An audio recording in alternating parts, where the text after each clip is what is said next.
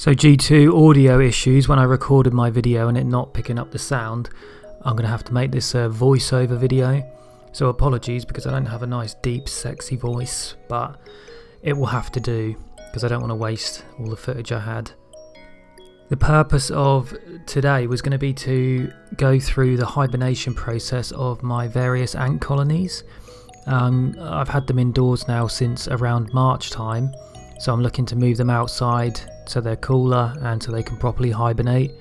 And the reason that we do that is because it gives the queens a bit of a break during the winter in between egg production, and the hibernation stage will allow them to do that. I would assume that the hibernating is largely dictated by the temperature, so by putting them outside it should let them go a bit more dormant until around March time next year. So first of all, I've got my Formica fusca colony, which as you can see is kept in little miniature setups that I made for them specifically. I just attached the test tube onto some little pots that I bought and added some soil in there just to keep them entertained and give them a bit more room to move around and a little bit more homely, because they've now got some soil to dig through rather than just being stuck in a test tube.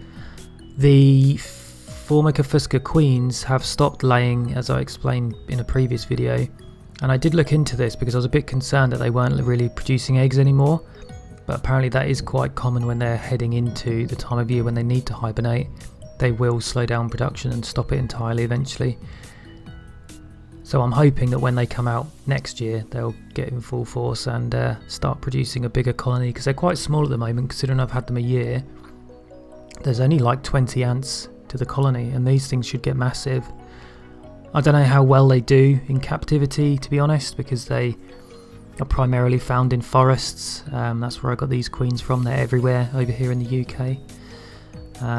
As you can see, there's a slightly bigger enclosure for one of them. I was just trying some stuff out. You can see where they've made their little trash pile in there for all the discarded mealworms that they didn't want to eat. It is quite tricky to feed them in these setups. That's the only problem, because as soon as you open that lid, of course they come scurrying out, but it served its purpose, and as you can see they've been quite happy and dug it out and excavated it.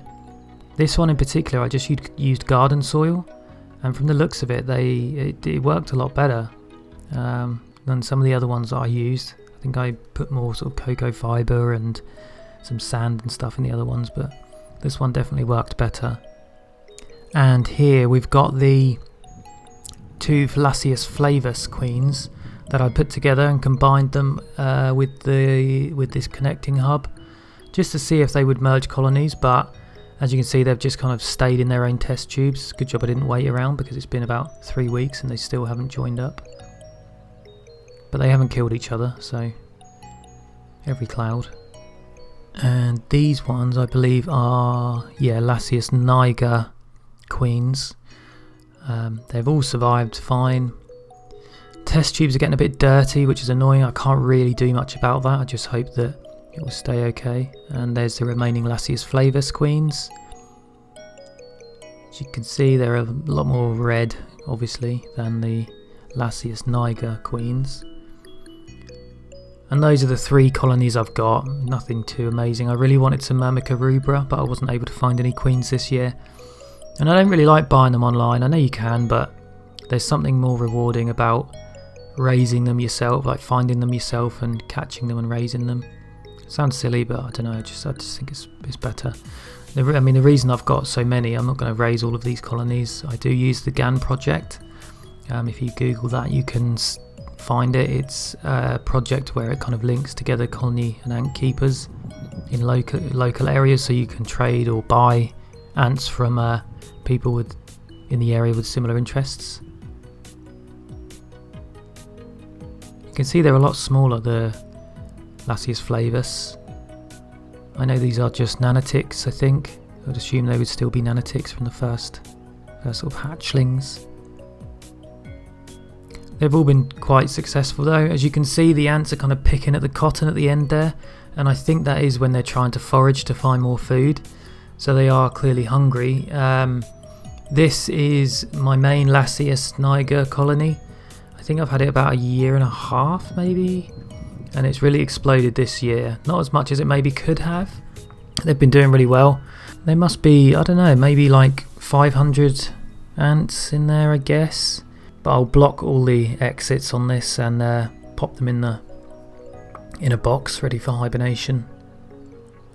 And there you can see the queen just about in that corner. You can kind of make her out if the light allows it.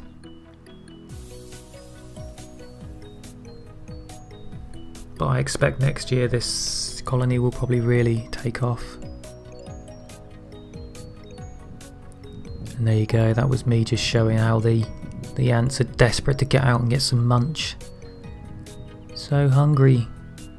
And this next part is just me putting honey into the various test tubes just to give them a little bit of food, which hopefully will tide them over to the winter, and when we get them out in spring they should then be ready to take on a bit more food and protein.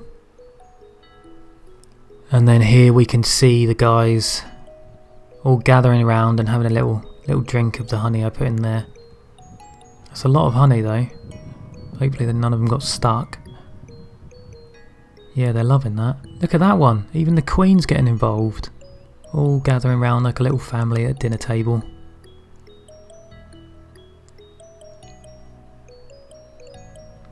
And here I've got them all boxed up, ready to go. They will get put in the shed now until March, sort of 5-6 months or so. Go into hibernation, come out. They should be nice and fresh, ready to blast out a few thousand more eggs. And then, this is funny, after I put them all away, I was looking at the tank that was left and I found this little guy. Help! Guys, wait for me! Guys! But I can't leave him in there on his own. I'll get him out and put him where he belongs, in his home with his sisters. I call him he, they're all girls. I've checked.